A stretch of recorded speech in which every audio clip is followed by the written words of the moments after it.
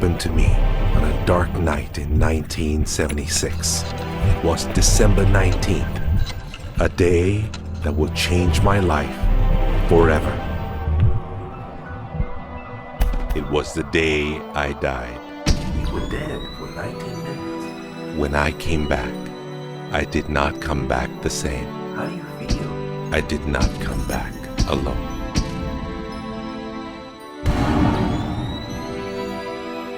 What seemed like days passed in 19 minutes, and over the course of the next few years, I began to remember the greatest mysteries revealed to me. Anything is possible.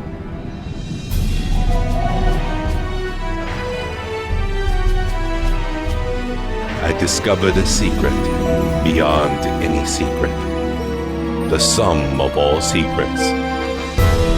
My eyes have seen the sun. You have seen nothing. It's out there, and I will find it. You will find nothing. It's like Solomon's gold.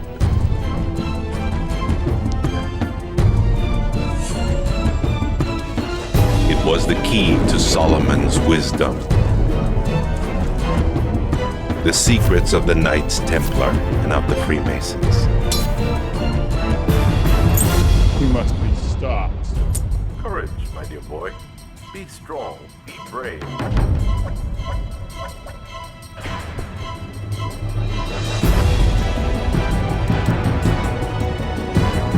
I challenged myself to find out everything I could. I found great teachers who knew this and began to seek them out.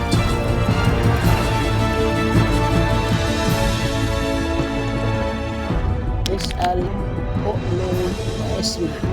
Ask, believe, and receive. I traveled the world, and the meta secret was revealed.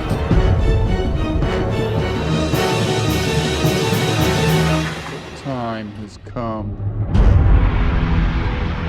I became a messenger to deliver all that was made known to me.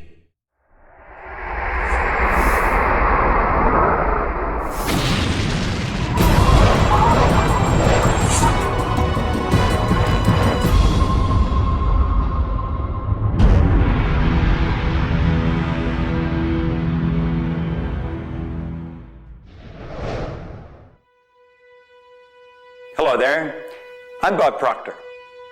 Meta is a nice word. It's a word most people don't understand. We talk about metaphysical, we'll say, oh, that's bad stuff. No, it's just what you can't see with these eyes. You got to see with an inner eye of understanding. Meta is beyond the physical. Do you know that 99% of our population has been programmed to let the outside world control the inside?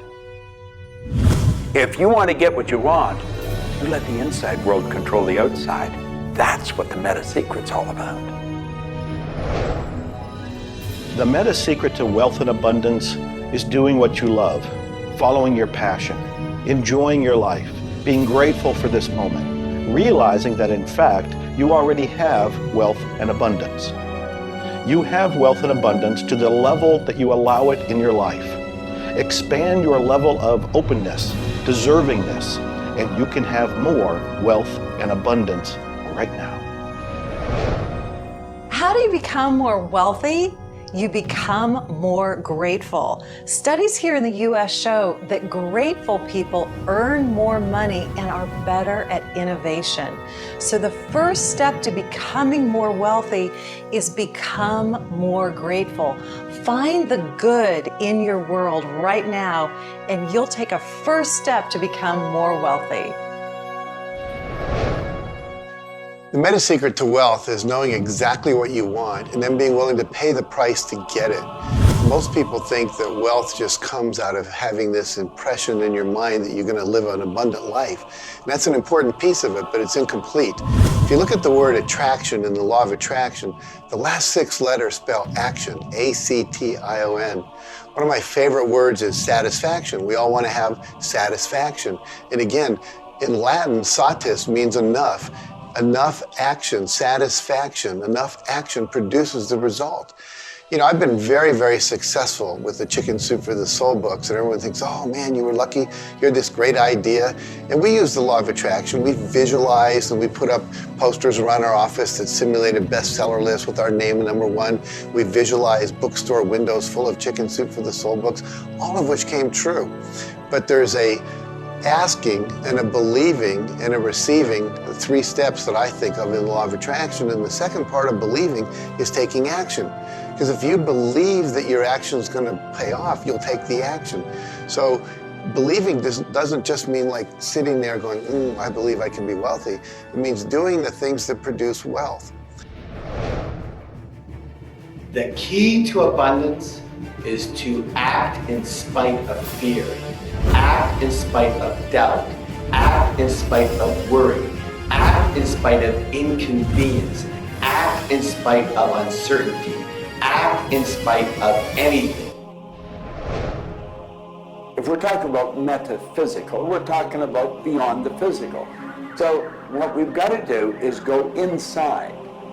We have been programmed to live from the outside in. We're letting what's going on outside of us control what's going on inside. If we're going to get into the meta side of our own personality, we've got to get away from this physical instrument we've got and move into the higher side of our own personality. And start to understand that we live simultaneously on 3 planes of understanding. And we work from a higher to a lower potential. If you're working with electricity, any electrician, any engineer will tell you that you have to work from a higher to a lower potential. If you go contrary to that, you're not going to get any use out of the electricity. Well, when you're working with the mind, you don't start with the physical and work up. You start with thought and work down. Thoughts are of a spiritual nature. Spirit's omnipresent. Where's thought? Thought's omnipresent. 100% evenly present in all places at the same time. I can be underwater and think. I can be in an airplane and think. I've had the pleasure of working with a couple of the astronauts that have been on the other side of the moon, and they could think. Not only could they think on the other side of the moon, they could transfer their thoughts to somebody here on Earth. It's just a form of telepathic communication. You know, it's been said that if you build it, they will come. I think if you build it, and you build something with true excellence, and you distinguish it in the marketplace, and you come up with a selling proposition, and you are aggressive in your marketing to the world, it's possible that people will come, but it's not inevitable that they will come. And sitting around passively visualizing things is not likely to get the world beating a path to your door. My meta secret about wealth ultimately is you've got to create a lot of value for a lot of people. And if you do that, you will bring a lot of wealth back to you. So by giving service and giving that which helps other people improve their lives, brings joy to them, brings service and products to them, if you do that and you keep expanding that, always be thinking about expanding your service to others. And if you do that, wealth is a foregone conclusion. First thing, quit listening to what everyone else is telling you what to do. And start paying attention to what you want to do. You see, I can look back with my memory, and I can remember going and saying, Mom, Dad, or to the teacher, I want to do so-and-so. And they'd say, now, how are you going to do that? See, what they didn't understand is I didn't know how to do it. But neither does anyone know how to do the things they want to do when they first think of it. You don't have to know how. You know, 2 young bicycle mechanics from Dayton, Ohio, in the United States of America, introduced us to a new kingdom. They were the first ones to fly in airplanes. The whole world believed that you couldn't do that. Anything heavier than air is attracted towards the center of the world. You can't fly. But they wanted to, and so they did. Well, clarity to me is a very different concept than I think a lot of people. The first thing I want to know is, what do you think you're trying to accomplish? The next thing I want to know is, why are you trying to accomplish it? The next thing I want to know is, if you accomplish it, what do you really think is going to happen in your life? A lot of people come to me and they say, I want to grow my business, because I work a lot in the business world, the entrepreneurial world. I teach a concept, achievement concept, a concept that is predicated on taking action and implementing, called optimization. Optimization is getting the highest and the best use and result and outcome of your time, your efforts, your emotion, your life, your relationships. But you can't begin, and this is where a lot of people, I think, really fall down. You can't begin to optimize until you take the time to observe, examine, and identify not all, but the scope of options and alternatives and other possibilities available to you, number one, to achieve the goal, and number two, as an alternative goal. Clarity is power. Just by being clear, you will automatically begin to magnetize things to you, to your life. The law of mentalism is about the mind. Everything that we have ever created, everything that has ever existed first in the mind. All thoughts are the beginning of all things real. All things that you can touch and feel began in the mind. So if you want to be wealthy, you've got to decide what wealth is to you. Define it. What does it mean? How much money do you have to have? For me, financial independence meant having $30 million producing income, which allows me the lifestyle I want without having to work. And so I've achieved that, but I knew exactly what I wanted because I looked at what it would cost me to live my lifestyle. Most people don't know their net worth. They don't know their income levels of what would be required to produce what they want. They say they want to own a yacht, but they don't know what a yacht costs. They don't know what it costs for the slippage fee. They don't know what it costs to maintain a yacht. So go out and create your ideal lifestyle and then figure out exactly what it would cost to live it, and then set that number as the number you want to achieve. Then believe you can achieve it, visualize it every single day, take action when the action comes, ask for what you want, reject rejection, give up any idea of failure. Just persevere until you continue on, until you produce the result you want. The law of attraction's a good starting point for thinking about how to improve your life. You want to align your thoughts and your beliefs with what you want your life to be. But the law of attraction itself, by itself, won't allow you to achieve the abundance that you need. There are certain steps that you need to take. And these steps are all incorporated in what we call the meta secret. And the meta secret isn't one solitary method or one solitary system. The meta secret is a combination of tools, methodologies, and ways to understand the world and ways to understand how we can change the world. Until I started looking at who I was and who I wanted to become, nothing changed.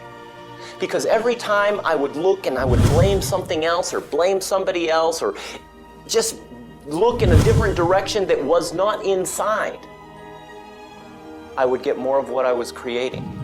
Because every time I created something, people would react to that. Every time I took an action that was blaming this or blaming that, people would react to that. And you know what? Then I would react to their reactions. And I was creating an environment that was busy. Instead, an environment that supported wealth and abundance. If you look around, there's nothing but the abundance everywhere that you see. You see the trees growing, you see businesses happening. This is wealth, this is prosperity, this is abundance. If it's not happening for you, it's because unconsciously you have beliefs, counter-intentions, negativity that actually blocks it from coming into your life. It's actually working the law of attraction all the time, but it's happening on an unconscious level. The abundance is there, the wealth is there, but if you don't feel it, if you're not expressing it, it's because inside of you, you may feel you don't deserve it. This is part of the unconscious work that has to be done in order for you to feel on a conscious, real, live, earth level what's happening with abundance and prosperity. Abundance, wealth is your natural birthright. If you're not feeling it, it's because of your unconscious beliefs. The law of correspondence, simply stated, is as above, so below, as within, so without. The law of correspondence is simply attesting to the fact that we are human creatures physically present, but we have minds and we have spirits. So we exist in more than just one plane. We might even be multidimensional beings with multidimensional thoughts, and there may be more to you than just meets the eye.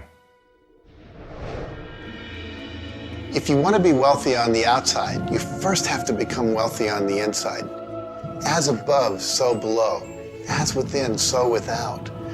First, you have to become wealthy in your thoughts. Then you become wealthy in your outer expression of that. You have to have a wealthy attitude. You have to have a wealthy, abundant thought form about who you are and what's possible. And when you have that, it will start to manifest outside of you. If a person wants to take a quantum leap rather than incremental steps, they have to begin by understanding that they can do that. There's a marvelous little book. It's called U Square. Now think of what that means. If you square a number, you multiply the number by the number, don't you? Well, when you square, you multiply your potential by your potential. It's astronomical. I mean, you just go off the board. The man that wrote the book, Price Pritchett, he said, when you're looking at a quantum leap, he says it looks ridiculous, utterly. But in retrospect, it looks like a natural thing to happen. It was without effort. It's with ease. And that's what quantum leaps are.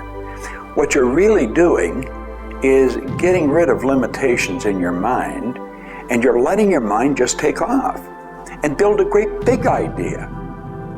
And you start before you're ready. You defy what the masses are controlled by. You've got to move into a space all of your own.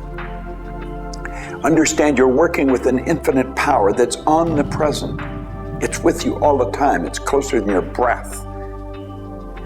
And you get in harmony with that and just release all thoughts of limitation and make up your mind you're going to take and just compound your effectiveness. That's essentially what I did. I didn't know what I was doing at the time. I didn't understand quantum leap, but I took my income from $4,000 a year to $175,000 in a year. And then it went over $1 million. And I had no understanding of what happened. Now understand this. I had been raised to believe that if you don't have a good formal education, that you'd never be able to do what I did. If you don't have experience, you can never do what I did. I had 2 months high school and I had a bad work record. But my income went from $4,000 to over $1 million a year. Now you can do that. And the first step is understanding that you can do it. Quit listening to people tell you you can't. And start to see yourself doing something really big. Write it out on a sheet of paper. Begin by saying, I am so happy and grateful now that I have turned my annual income to a monthly income. It's not just about attracting things to you. It's about learning to trust what you're attracted to. You are naturally going to be attracted to certain kinds of people, to certain movies over other movies, to places you want to vacation versus other places, to workshops you want to take or books you want to read versus other books. Trust what you're attracted to.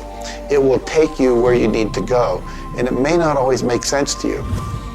I remember going to a seminar and there was a woman teaching about how to triple your income in a year. And at that time, I was probably more like a hippie than I am the entrepreneur that I am today.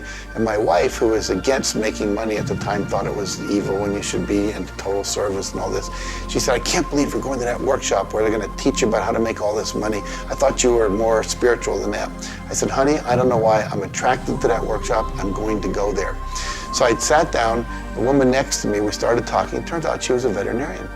And it turns out that our cat had feline leukemia at the time. And I started talking to her about that, and she said, well, I'm the world's expert on feline leukemia.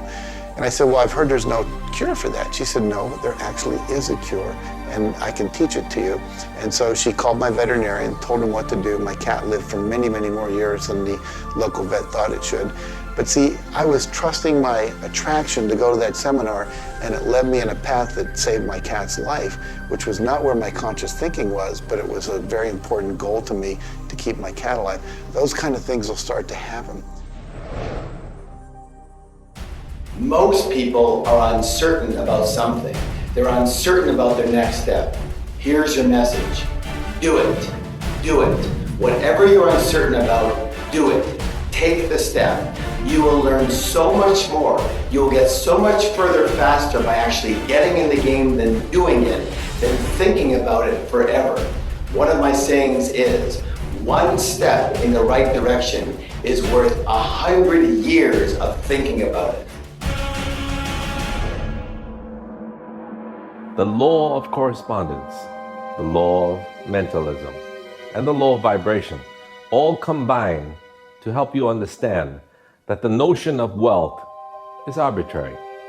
You're always wealthy in comparison to someone else. You choose a person to compare yourself with, or your wealth or your level of wealth with, and then you decide at that point to be happy with the situation or to be unhappy, and therefore change it. All of wealth is subjective. Understand this, and you understand that there's an ebb and a flow to your finances. The more comfortable you are with how you interact with the world, with the value you give in the world, with the service or the product that you give the world, then you begin to realize your place in the world. And by realizing this, you participate in the abundance that is all around you at every moment and at every time. It is all yours. From the beginning, it was yours. Until the end, it will always be yours.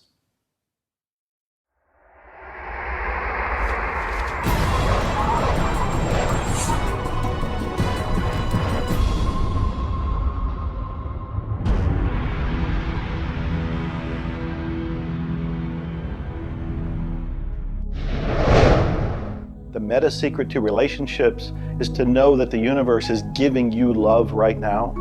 When you give love to the universe, when you give love to another, you will receive love in turn. Love is the essence and nature of relationship.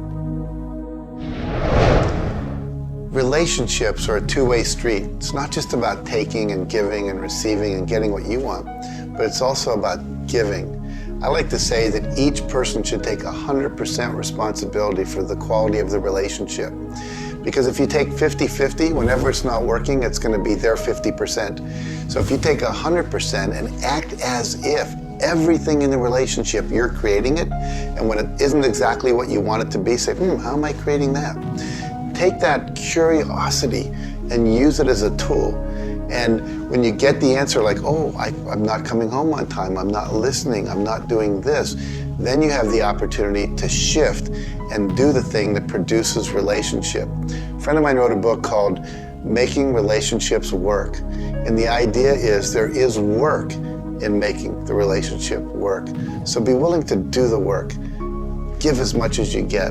The more you give, the more will come back.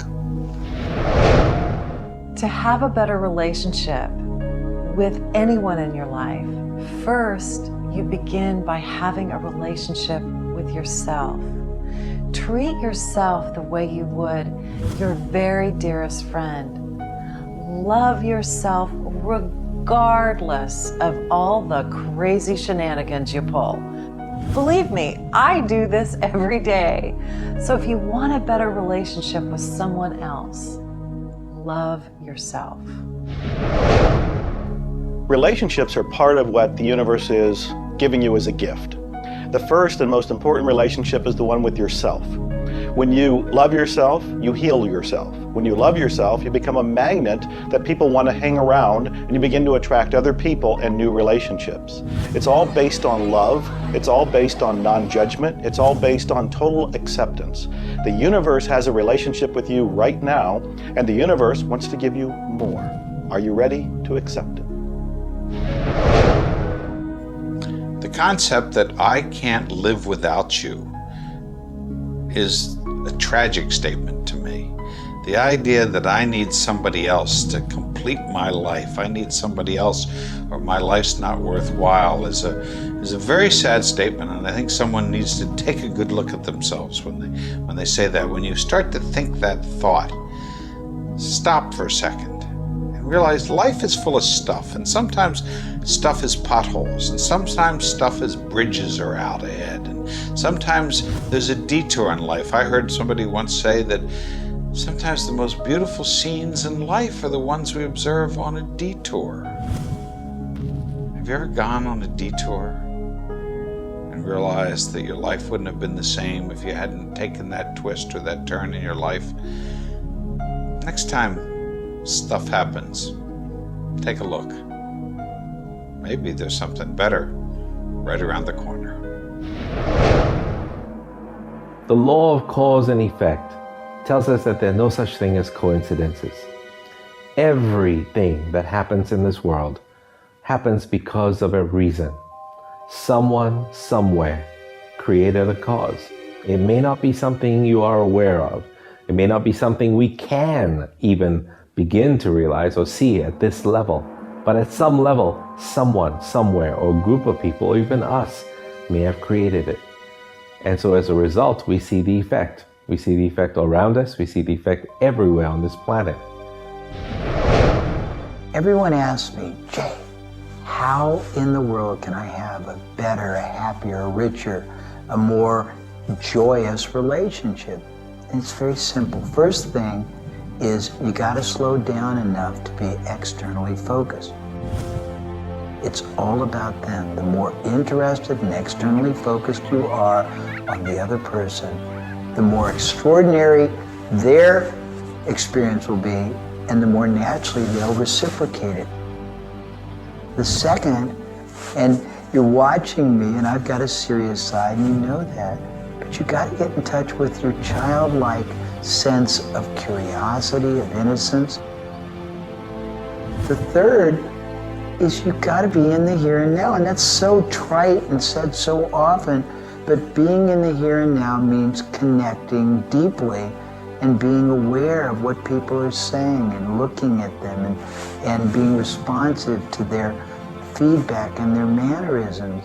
And the last thing and the easy thing is to, again, as I said earlier, enjoy the process. We are so busy, so stressed in our life, trying to get from one thing to another, trying to multitask, that the greatest way to have wonderful relationships is to commit. Commit, not just the time, but your being, to being there, to connecting. For me, the meta secret to relationships is to be the person you're looking for. Whatever it is you're out there looking for, be that and give it away. If you're looking for someone who's loving and kind and compassionate and generous, you need to be loving, kind, and compassionate and generous. Whatever it is you want, you've got to be that and express that out into the universe. And whatever you express out is going to come back multiplied. The meta secret of relationships is for you to develop an identity that brings out the best in your partner and helping your partner to be the best that they can in order to bring out the best of who you are. Criticism seems to be a big problem. If you are really secure in yourself and somebody criticizes you, it isn't going to bother you. Now, if you're insecure and somebody criticizes you, it's really going to bother you. You see, 9 out of 10 times, the person that's criticizing you really wants to help you. They just haven't really learned how to communicate effectively. But let's not let somebody else's criticism or their way of helping us shake us. If we're solid in our own self and we really understand ourselves, then we can handle it and it won't be any problem. If criticism really rattles your chain or rattles your cage or really upsets you, it's not the criticism that upsets you. It's not the other person's opinion that upsets you. It's how you react to it. And you see, if you were really solid within yourself, you would respond to it. You would thank them for it and say, but I really don't choose to do that. Or you'd say, well, thank you, that's probably a good idea, I'll try it. But they're not going to knock you off track. So it goes back to have a good, sound self-image, a good image of yourself. Maxwell Maltz wrote a beautiful book on that way back around 1960 called Psycho-Cybernetics. Psyche-cybernetics. Cybernetic is the communication mechanism in our mind. It's the image that we hold of ourselves. It's like a life-governing device. Well, you've got an image of you just same as I have an image of me. And our image controls how we walk, how we talk, how we dress, how we meet and greet people. And it also controls how we handle criticism when it comes our way. And it will come your way, just same as it comes to me and everybody. We want to be solid in our own belief about who we are and what we are. Let's really get to know ourselves. And then, rather than react, let's respond. It doesn't matter how they approach, whether they're diplomatic and trying to help us or whether they're trying to find fault. It won't really make any difference. We will listen to what they have to say, listen to it, and then we'll either accept it or reject it, but it isn't going to affect the relationship with the other person one bit. There is masculine and feminine in everything. Nothing is entirely masculine, nor is it entirely feminine. We have different aspects of yin and yang, of harshness and softness, different aspects of masculinity and femininity in everything. If you take a look at life and see it all as a combination, see how we are always living in combination, then you begin to realize and to also appreciate the law of gender. Relationships are about communion, taking our life and making it sacred through connection with another human being. So communion and making sacred is what relationship is all about. You know, there's a lot of lonely people around. And if you're lonely, I'm going to let you in on a secret. You're always going to be lonely until you become friends with yourself. If you're looking for company outside of yourself, you're looking in the wrong place. You want to go inside.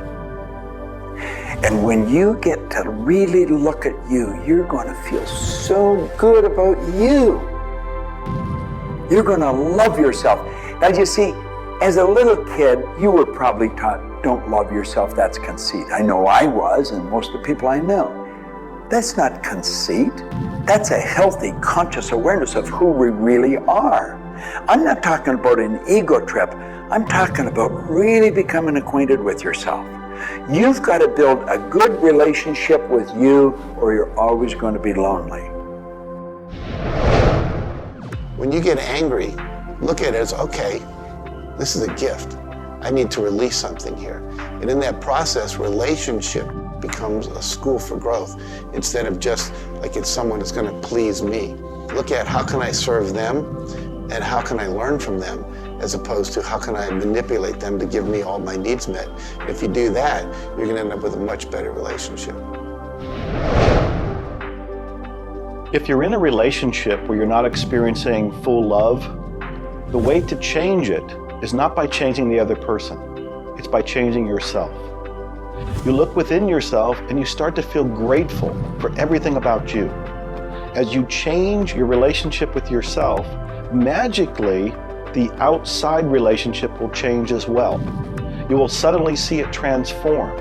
You will suddenly see that there's love in that relationship with that other person. But you don't change the other person, you change you. A lot of people spend valuable time in their life focusing on the past. I could probably spoil your week if I reviewed the first 26 years of my life. My life was a mess. And you know, at the end of 26 years, imagine living for 26 years and looking at yourself, you're unhappy, sick, and broke. I had a guy look at me and he told me I was one of the most miserable people he had ever met. And he was right. I was plain miserable. He said, you're always sick. I didn't have a terminal illness or anything, but I was always backache, headache, or something, and I was always broke. He said, why don't you change it? Well, as long as I kept focusing on what led me to this point, which was a bad trip, I was going to create more of the same. And he said, let it go. Forgive it. If you're looking for love and not finding it, it's no doubt because of a lack of forgiveness in some area of your life. This is true for all of us. You want to look in your life, look at your past, look at all of your relationships, and ask yourself, where have I not forgiven? Myself, my parents, my siblings, my neighbors, my relatives, my business partners, where have I not forgiven? When you go and forgive, you release the energy that allows the law of attraction to bring new love and new relationships into your life. How do you do this? You look and ask yourself, where have I not forgiven somebody? Somebody's going to come to mind. It could be you. The second thing you do is say, can I forgive them? Can I forgive myself? Whether you say yes or no, you move to the third part of this, and you start to wonder, what made that person act the way they did at that point? What made me act the way I did at that one point? And you start to go deep into understanding the psychology of behavior, and you realize we're all doing the best we can, yourself included. At that point, when you can forgive yourself and you can forgive these other people, whoever it might be, for whatever may have occurred, when you forgive them, you release all of the energy that's been stuck psychically within your own mind and your body and your soul. And when that releases into the universe now has an open pathway to return to you new love, new relationships, new blessings. It all begins with forgiveness, and you can do that right now. When we talk about love, we're talking about the greatest word in the world. Leadership is a great word, but no word compares with love, because without love, you're dead. There's life in love. There's forgiveness in love. There's really everything. There's thankfulness in love. Now, the problem is learning where do we start, because we find sometimes in families there's no love. In marriages, there's no love. But we quit looking around and we start learning. It begins with me.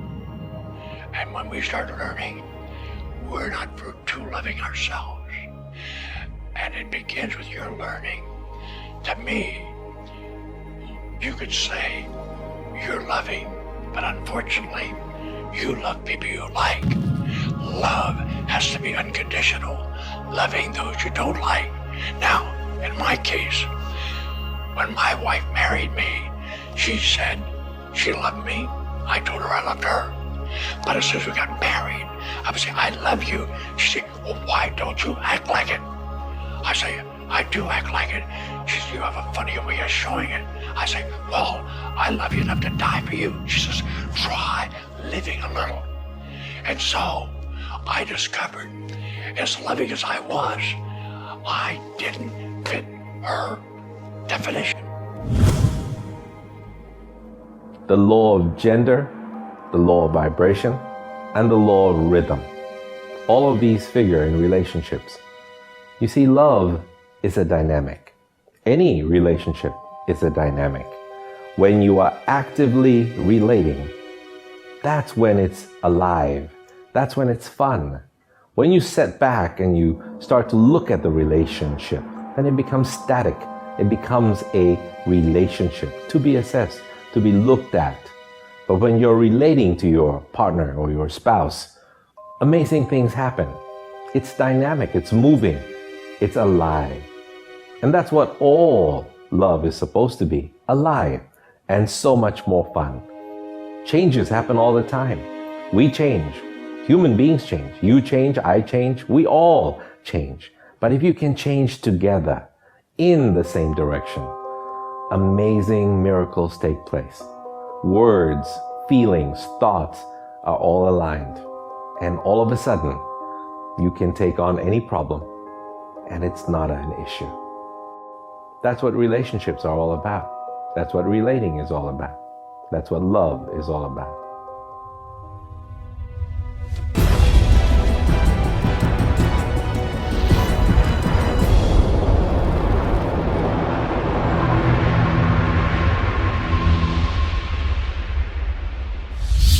はじめに言葉劇、すなわち、クリエイターなるものはやはり言葉、振動を用いて全てを設計されたんではないかと思うんですね。そして、その、振動の、設計図は非常に緻密なもので美しい共鳴振動にあふれたものであったことでありましょう。もし、先ほどの実験をやったように、非共鳴、同士の組み合わせであるならば、それは破壊的なエネルギーとなって、命を形作られないからです。私たちの体は最終的にクリエイターの、いろいろな、試行錯誤によってだんだんこう単純なものから、微生物だとか海の中のものとかそういうものから、小動物始まって複雑なものになっていって、最後の芸術作品として、クリエイターなものが作られた結果、私たちはあるというふうに思うんですね。その本来の設計というものが、バランスの取れた振動の組み合わせというものが、何らかの要因によって崩れていくときに、私たちはストレスを持ち病気になっているんだというふうに考えています。As you've already seen from Dr. Masaru Emoto, water makes up 85% of our body. And the thoughts we think actually create a vibration in the water that has memory. And so you have to think positive thoughts. Again, we go back to forgiveness and letting go, thinking positive thoughts, expecting to be healthy, not listening to what people tell you, not taking in beliefs. I have been out in the sun my whole life. I've never gotten skin cancer, don't intend to get skin cancer. And when stuff comes on about it, I choose not to listen to it because I know that belief would affect me. So I believe that I am a person that my spiritual connection keeps me healthy. Also, though, I work on the level of the physiology of the body, the biochemistry. It makes sense to play at that level. I eat organic food. I drink healthy water that's not contaminated with chlorine and all the stuff they put in it, so I filter my water. I eat the right kinds of nutrients for my body. I've found out what I'm allergic to, and I've basically eliminated those from my diet. I exercise. So exercise and keeping my body toned. We want to have resistance exercise. We want endurance, which means we need to jog and do aerobics and things like that. And we need to have flexibility, things like yoga and Pilates. So we need a complete system to keep our body healthy. And then a detoxification, I think, is the part that most people don't do enough with. We are taking in so many toxins in the air we breathe. But if you will cleanse on a regular basis, I cleanse every Monday. I just do a cleansing diet where I just drink liquids and then I don't eat anything else, and my liver has a chance to get rid of all the toxins that are in my body. I want you to understand that you have a marvelous mind and you can do anything with it, and don't ever listen to anybody that tells you you can't. You want to start to look at yourself not as a body or as a name. Like, I'm not Bob Proctor. Bob and Proctor are just two words. You've never heard anybody phone into school and say, body's not coming today, it's sick. Never hear anyone say, hand, it's my hand, my body, my name. Well, you see, there's something wonderful about you and something wonderful about me, and it's the same thing. We have a marvelous mind. We're creative beings. Talk to your body. You're not a body, you live in a body. Now, this may sound silly because maybe nobody's ever said this to you before, but go around just repeating maybe 1,000 times to yourself, I'm not a body, I live in a body. I'm not a body, I live in a body. I'm not a body, I live in a body. Then start telling your body to relax. The meta secret to great health is to feel good now. You do that with good thoughts. You do that with good food. You do that with plenty of sleep. You do that by doing what you love. That's the meta secret to great health. The meta secret to health is to honor your body. Listen to your body. Are you tired? Are you hungry? Are you thirsty? Do you need time to play? Have greater health. Honor your body. Health. Not just physical health, not just eating the right things and getting exercise, but let's talk about emotional health. This means doing what you love, loving what you do, looking forward each day, researching, helping other people, giving back. This is the meta secret to emotional health. To me, recognizing the divine component in us has a twofold effect. On the one hand, it's incredibly humbling, because how many of us really live up to being godly? How many of us really maximize the God-given talents that we're given? How many of us really live lives of fulfilled potential? So on the one hand, it's kind of intimidating. But on the other hand, it's very inspiring. It's inspiring to think, I, as a human being, am capable of being godly. I'm not God. I'm not going to confuse myself with God, but I am capable of being godly. I am capable of a goodness which can resound around the world. I am capable, like God, of using language to bring things into existence. An architectural drawing is the languaging of a building into existence. A marriage contract is the languaging of a relationship into existence. Any sort of contract does that. A novel creates a world that may be more real to us than the so-called real world that we are living in. And being godly is both an obligation, which frankly I feel I fall vastly short of, but also an incredibly inspiring opportunity. And the ancient traditions, not only the one that I come from, but really all of them, teach us this. The law of rhythm is the very fabric of life itself. Rhythm is everywhere. Things are born and things die. We move into a season and we move out of a season. We go within and we go without. We change. Rhythms flow in our emotions as well. You cannot always be feeling happy. Sometimes you'll feel sad, you'll feel down, and then you'll come out of it. Whatever goes up must come down. You've heard the language. Rhythm is exactly that. And the minute you begin to realize that all of life is all about the law of rhythm, then you can flow easily in bad times and then have more fun in happy times. When you start to expect rhythms, know that if you're happy in one direction, you can also be unhappy in the other direction. The law of rhythm surrounds us, works with us, and if you master it, there's nothing you can't do. The meta secret to health and having amazing energy is the ability to look at your world from a perspective that, hey, things aren't always going to go your way, but you know what? As long as you always do your best, as long as you are focused on what you achieve and what you're trying to accomplish, then it's all going to work out. I think one of the most important keys is to recognize in life just about all the limitations that we have are self-imposed.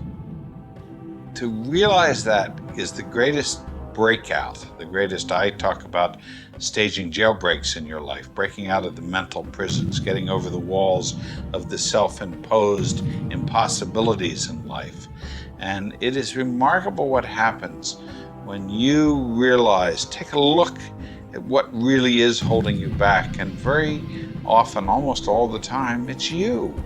It's you. The power lies within you. See, humor is good. It really is. I don't really understand what it does to you, but I know it does something to your brain. Norman Cousins, who's gone now, but lived a long and very, very effective life. And he had been diagnosed with a disease, and it was killing him. He was literally dying. And one day he got thinking to himself, if sadness and sickness are hooked together, then happiness and health must be hooked together. And so he had people bring in old movie films of Laurel and Hardy and all kinds of different old actors, funny stories. And he started to play them. They made him move out of the hospital. So he rented a suite of rooms in a hotel. And he had these movies playing all the time. And he was laughing, a real belly laugh. And he got better. Now I think you know when you're laughing, you're feeling good. Start to laugh at yourself. When you make a mistake, laugh at yourself. Don't get serious with yourself. It plays a very, very important role in a healthy, relaxed life. If you want to study it further, get into some of Norman Cousins' material, and he'll explain exactly what it does to the brain that controls the vibration of the body. Start laughing a little more. Have fun. The mind can't be all it is designed to be without the body being everything it was designed to be. But we basically thwart both. Or you can have a great relationship. You can have a great financial situation. You can have a great family relationship. And the big problem in our society, certainly in Western society, people don't exercise, 92% of people don't exercise, they don't eat nutritious things, they don't complement to compensate. It's very simple. And if you break it down to the little steps like eating an elephant, you'll have the most rich, satisfying, fulfilling, gratifying, liberating life, but you gotta balance it. Health is all up here. All I know is right now. I don't have a voice. I don't have much sight. I don't have a hearing. My strength is gone. However, I have never been more excited and thankful in my whole life. The law of vibration simply states that everything is in motion. Nothing stays static. At some level, even though something may appear as if it's not moving, its molecules are moving, its atoms are moving. Everything vibrates. Not just your thoughts, everything. Now I do understand that disease cannot stay in a healthy vibration. It just cannot. I also understand you cannot turn disease into health, but you can release disease and recreate health. You see, your body is changing at the rate of millions of cells every second. And it's the thought patterns that you hold in your mind that control the vibratory rate of the body. Your brain is an electronic switching station. There's all kinds of material written on thought, on attitude, and on health. And I do know this. If you are suffering from a physical disease, quit talking about it, quit thinking about it. Go to a very competent medical doctor and follow that person's advice, because he or she will tell you what to do physically, but at the same time, instantly begin visualizing every molecule of your being in a harmony with the law of vibration. Now, I would have an affirmation that I would repeat. I am so happy and grateful now that every molecule of my being is vibrating in perfect harmony with God's laws. My body is getting healthier and stronger and more vibrant every minute of every day. And repeat that. Treat it like a mantra. I can't predict what's going to happen for you personally, but I do know that hundreds of people, if not thousands of people, have experienced healings and cures by beginning to change their thoughts about what's going on in their body. In my book, The Attractor Factor, I talk about a person who had cancer. She experienced the idea of forgiving everybody and everything in her life, and she went through the process of doing that working with a coach. She then went back into the doctor's office. They opened her for surgery, and there was no cancer. It was gone. By forgiving everybody in her life, including herself, she transformed her body. She reached this place of healing and this place of peace. And as a result, she experienced a cure. If you're finding yourself sitting here watching this and you're ill, you've got a chronic condition, you're sick, what you need to do is a couple of things. Number one, you need to first work on your attitude. You need to believe you can get healthy. You need to not believe anyone who tells you you're going to die, or it's terminal, or it's going to take a long time. Literally, we know that we can get rid of a disease in minutes, in literally minutes. I had a cold once, and a person literally did an exercise with me. My nose dried up, my fever went away, the achiness went away in 5 minutes. So we know the power of the mind. We know that you have to forgive and release. So much work now being done on cancer, where we know there's resentment, and different forms of resentment will come into different forms of cancer in the body. So it's critical to get yourself aligned with spirit. When you are aligned with spirit through meditation, through doing the things that bring you joy, through doing the things that align you, and you know what that is for you. It could be singing, it could be walking in nature, it could be petting your cat. When you move into that state, healing naturally takes place through you. There's this innate, natural healing ability that's always working to heal you if you get you out of the way. By you, I mean your ego mind, your beliefs, your fears, your doubts, all of that stuff, all of the resentments you've held that you haven't released, that will keep you sick.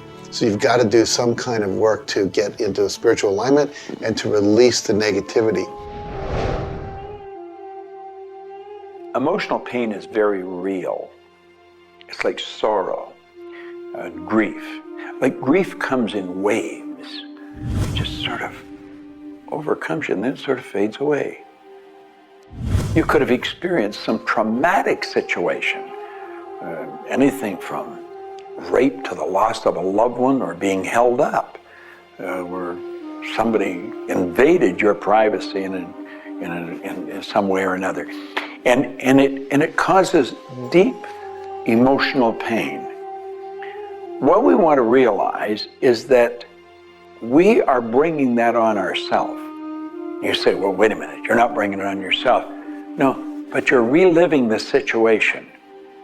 We've got to separate ourselves from the incident, from the situation.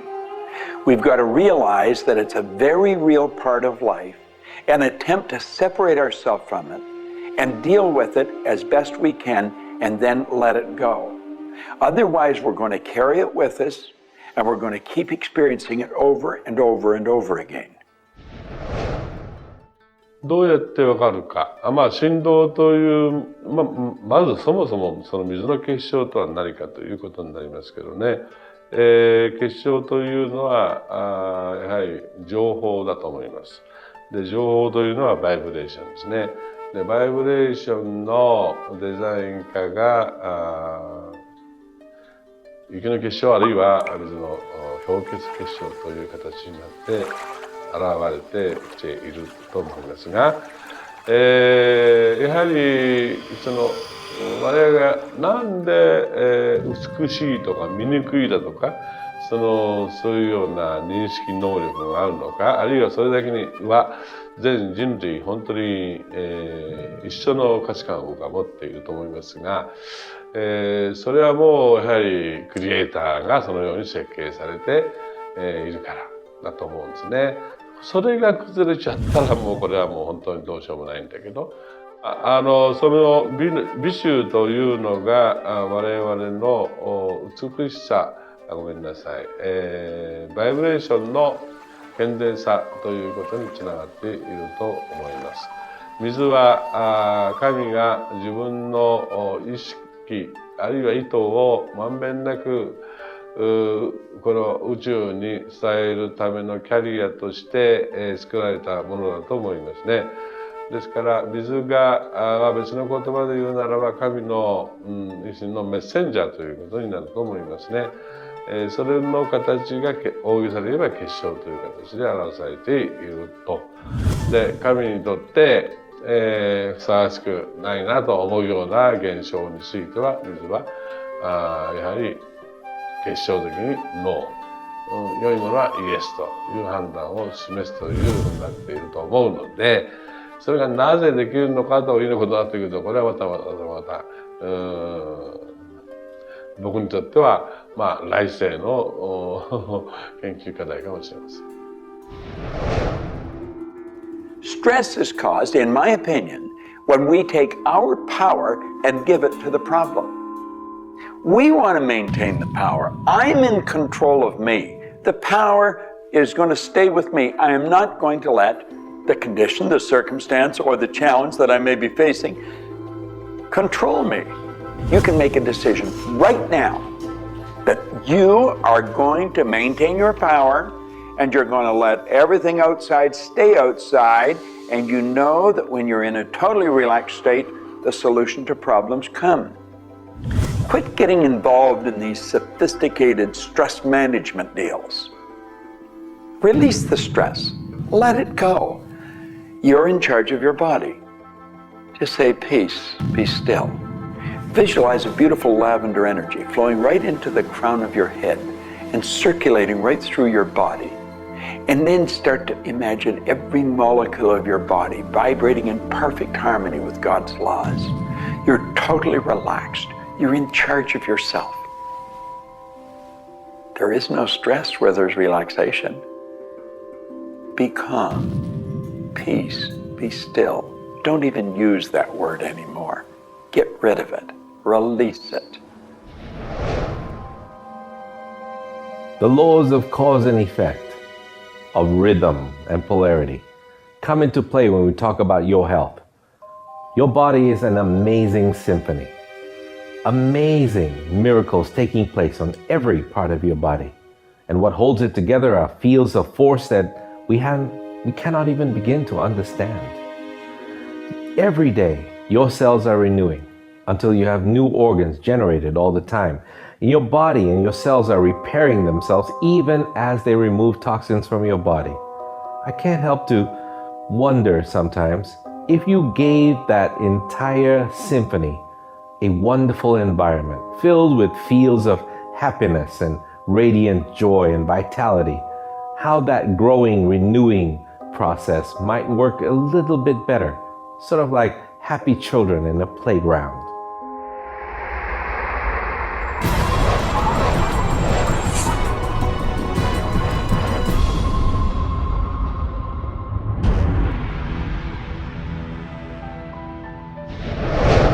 Here's the paradox of being human.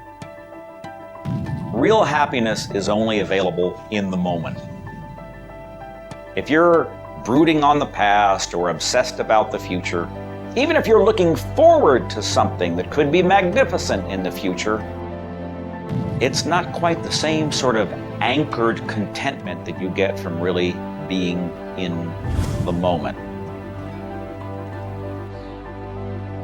We human beings seem to be perpetually someplace else. That's kind of like one definition of the human predicament, the human condition. We are perpetually thinking about the past, the future, something to the right, something to the left, something else.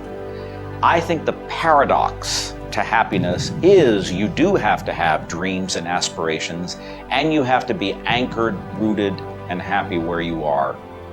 Not always easy to do, but I keep trying. Happiness is a point of view. Am I happy? Yeah, I think I am. How can somebody always be sad? Of course we're sad when we lose somebody that we love, or that when the project we're working on so long doesn't work out. Temporary sadness is a very human condition. How can you be happy? Maybe by finding things to do that make you happy. You see, if you're miserable, your mind is focused on the past. There's a method concept. Get you over any miserable concept in a heartbeat. Focus on right now. See, you're miserable because of something that happened that you didn't want to happen, or something she said or he said or they did. Forget it. It's in the past. And quit worrying about the future. Have you any idea the number of electrical charges must fly through your body for the simple object of writing your name? See, your brain is an electronic switching station, and you've got one. And you can activate brain cells, and you can set up any vibration you want. If it's a negative vibration, you're going to be unhappy. If it's a positive one, you're going to be happy. Every brain cell is a positive and a negative pole. Everything that you look at is going to be impregnated into cells in your brain. Now, you're either going to look at the positive or the negative side of it. What side do you want to live in? I choose to look at the good side of a situation. Put yourself in a good vibration. Think of the blood in your body. Do you know it circulates through hundreds of miles of passageway every 33 seconds? It carries all the food in and all the garbage out. You've got more power in your little finger than you need to light up your home for the year. There's about 11 million kilowatt hours per pound of potential energy locked up in your body. And you're probably saying, I haven't got any energy. That's because you're miserable. Get out of it. Get over it. Focus on now. One of the most important things you need to do in your life is discover your life purpose. I believe that everybody is born with an individual and unique purpose. And when you are doing your life purpose, when you're living it, expressing it, fulfilling it, you're happy. And so many people have talked about joy being your guidance system, that when you're off purpose, you're not happy, you're not joyful. And so this joy, this inner experience of happiness and joy is a way of saying, oh, I'm on course, I'm doing the things I'm supposed to do. Stephen Covey said, you know, you don't want to get to the end of life and get to the top of the ladder and find out the ladder was leaning against the wrong building. You can be very, very successful. And we see people with all the cars and the toys and the money and the society recognition and so forth, but they're not happy because they're not fulfilling their purpose. Think about it like this. A rose has to be a rose. A chrysanthemum has to be a chrysanthemum. A geranium has to be a geranium. And yet we as people have been given choice, the choice to pursue any number of things and do whatever we want to do. But unfortunately, most of us have been talked out of our purpose. If you want to be happy, come back into this moment and do what you love in this moment. You should absolutely work toward improving your life, improving the world, improving your relationships, improving your finances. Every sort of conceivable improvement at a micro or macro level should indeed be your agenda. But if you are not happy with things the way they are, then your happiness is perpetually on hold pending a condition that doesn't exist yet. If you do that, you will never be happy. You have to realize that the point of power in your life is in this moment. People think about the future and they throw their power into the future. There is no future. When it gets here, it's called now. It's called this moment. People think about the past and they throw their power into the past. But there is no past. It's gone. When you think about the past, you think about it in this moment. This moment is all there is. And you can be happy in this moment. When you are, everything is taken care of. All is well. Happiness and achieving happiness is a process. It's not something you achieve right now and you're done and you have your happiness. It's something that you're constantly attaining and re-attaining through life. And the way to do that is to really understand what brings contentment in your life and to achieve that. And one of the key things to remember in terms of happiness is that part of this process is sharing happiness with other people. The more we share happiness and the more we teach other people how to bring happiness and fulfillment in their life, the more we'll be happy and fulfilled. So continue with your journey of greater fulfillment, and you'll have more happiness in your life. The law of polarity is about dualism. Everything exists in relation to something else. There is no person that's entirely good. There is no person that's entirely bad. There is no entirely hot or entirely cold. It's always hot in relation to something else that's colder. It's always colder in relation to something else that is hotter. We move in directions as opposed to moving in a static field. We always move from one place to another, from one thing that's more pleasant to something that's less pleasant, or something that's unpleasant to something that's more pleasant. There is a movement, and this movement exists because of polarity. Happiness is what you want, and happiness you can have right now. Why aren't you feeling happy? Why isn't anybody feeling happy? Because psychologically they use unhappiness as a motivator. They think by being unhappy, angry, desperate, frustrated, whatever the feeling might be that's not happiness, that it will whip them forward. It'll make them take action.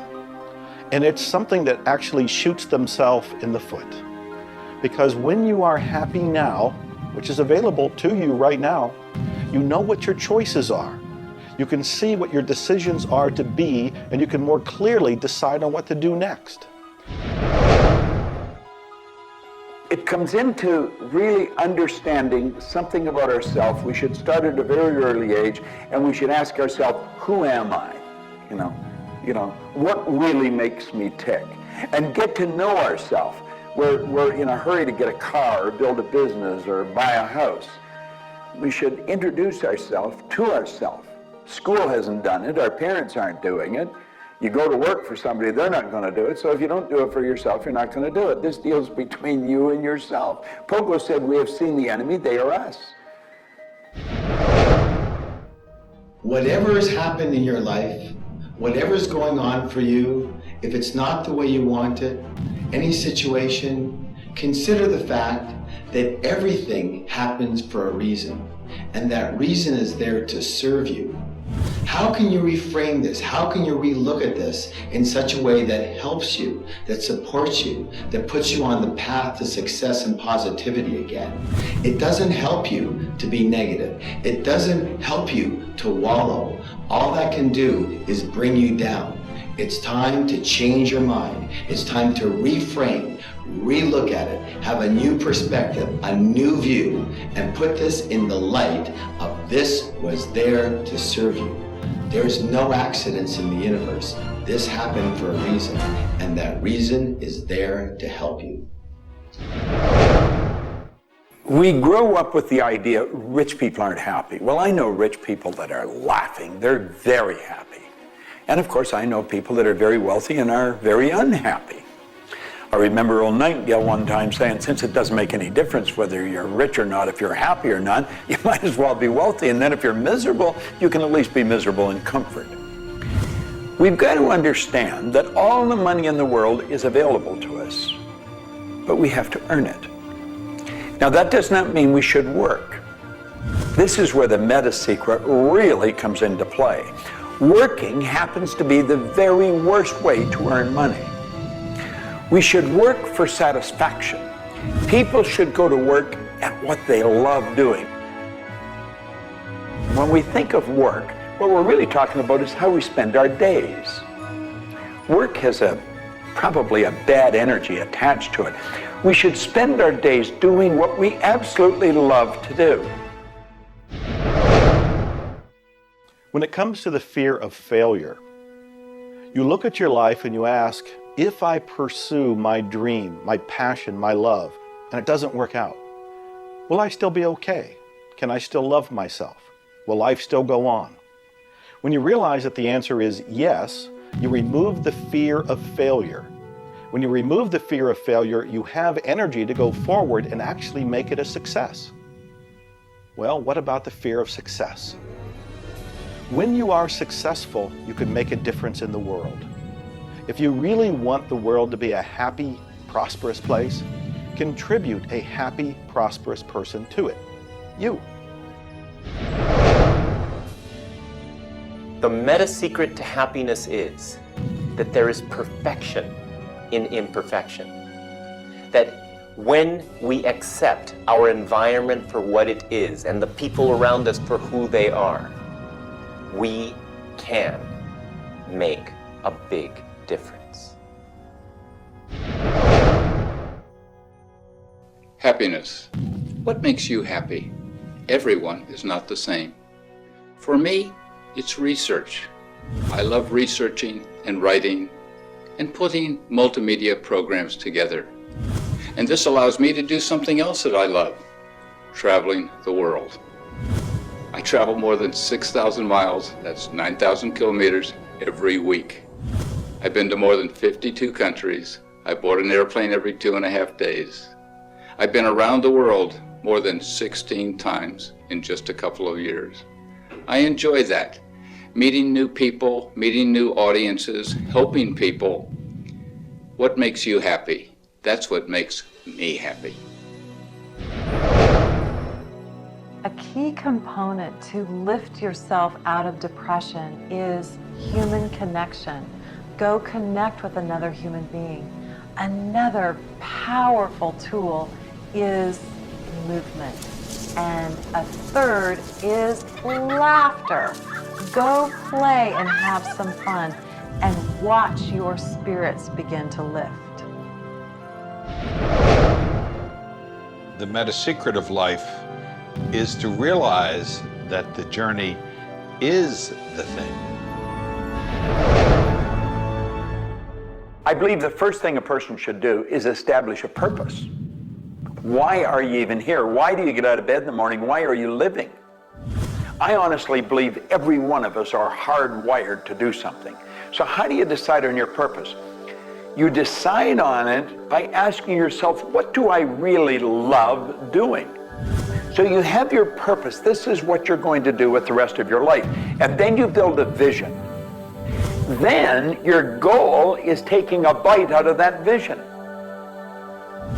Now, when you do that properly, you're going to love what you're doing. When you wake up in the morning, you can't wait to get going, and you're going to be doing it until you go to bed at night. Therefore, all of your day, all of your hours are filled doing with what you love to do. That's called living. Everything else is dying. See, there's a basic law of life. It says create or disintegrate.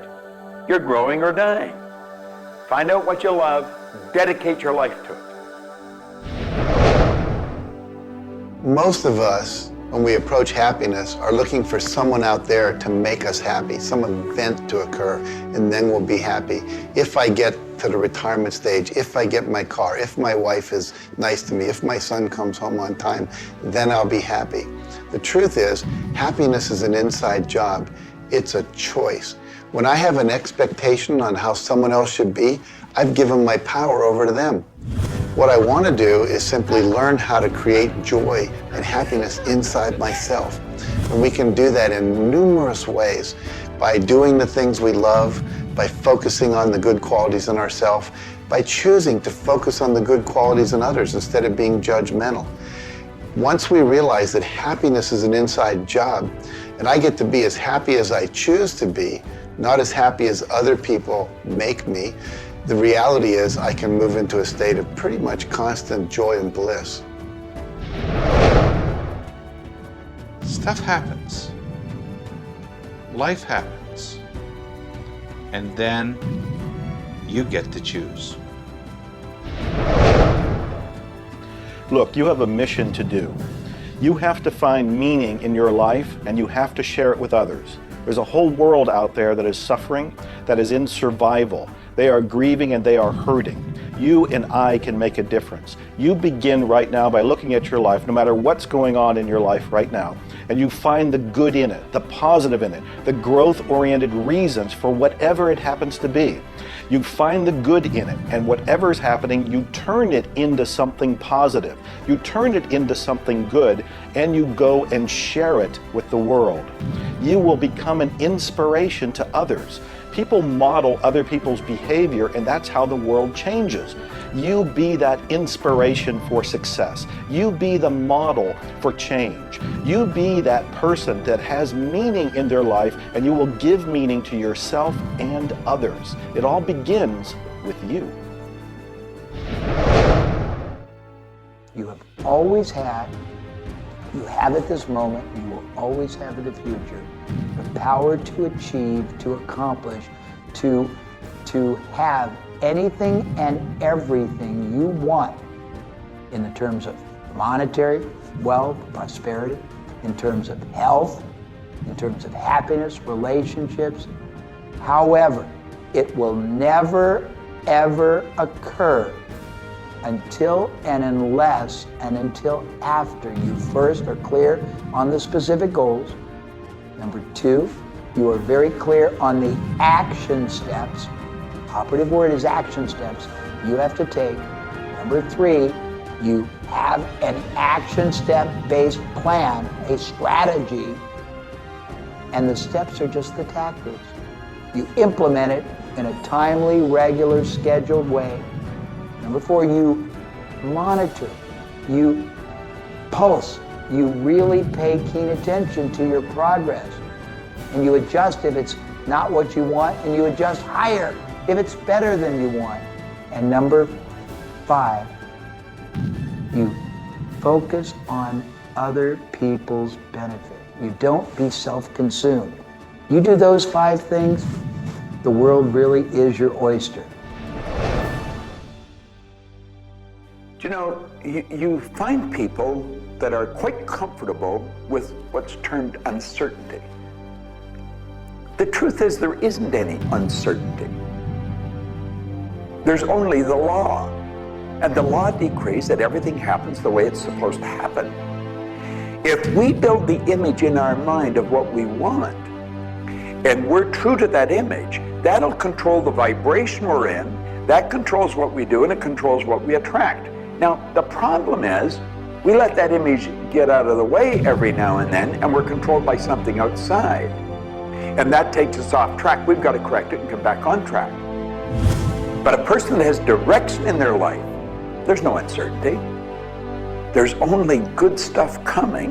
It's stuff that's going to cause the image in our mind to move into form. And so we wake up every day wondering what part of it's going to show up today and where's it coming from and who's going to deliver it. Every day holds something really good for us. Alfred Adler, the great psychologist, said, "I am grateful to the idea that has used me." I love that. Get a big idea and understand that you're going to see it move into form, and that's just as certain as the night following the day, because that's governed by law too. The laws of correspondence, of vibration, polarity, and rhythm come into play when you talk about the meaning of life and happiness. We make our happiness dependent on what other people can do for us instead of what we can do for ourselves. You know, there's a concept they don't teach you in school. It's called enough. Sometimes what is enough for one person may not be that way for somebody else, and we want more. And when you want more, you're setting yourself up for disappointment, because not always will you get more.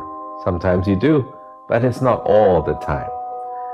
I don't know who told us on this planet that everything is going to go our way.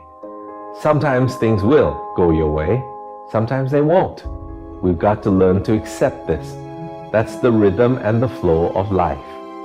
All of life is filled with possibilities. And when you see possibilities, well, it allows you to accept failures as not final.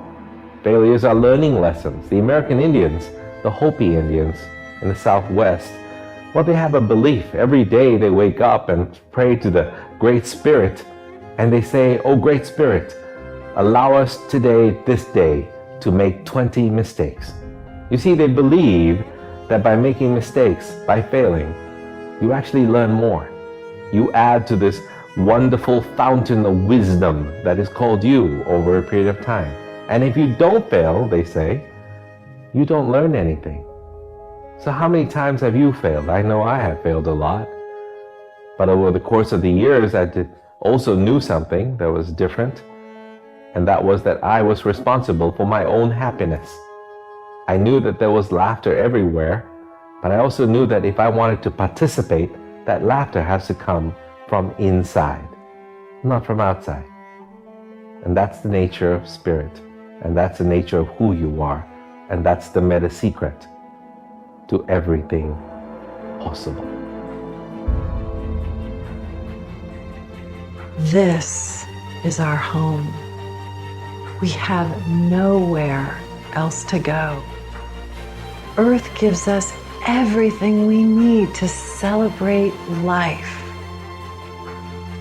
Everything you do will either hurt or heal our planet.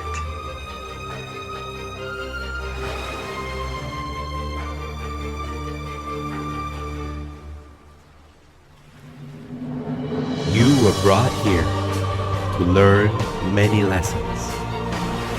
To learn how to love who you are, where you are, and the people you surround yourself with. Just remember that you carry within yourself everything you need for the fulfillment of your life's purpose. You are the sum of all of your experiences, all of your choices, and you are a work in progress.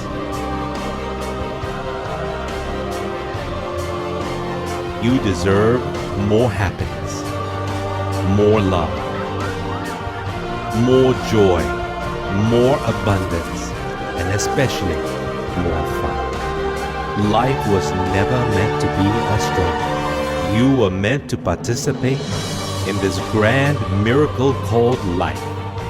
And as you begin to look all around you, start now to taste, smell, hear, and touch with your heart the abundance that surrounds you.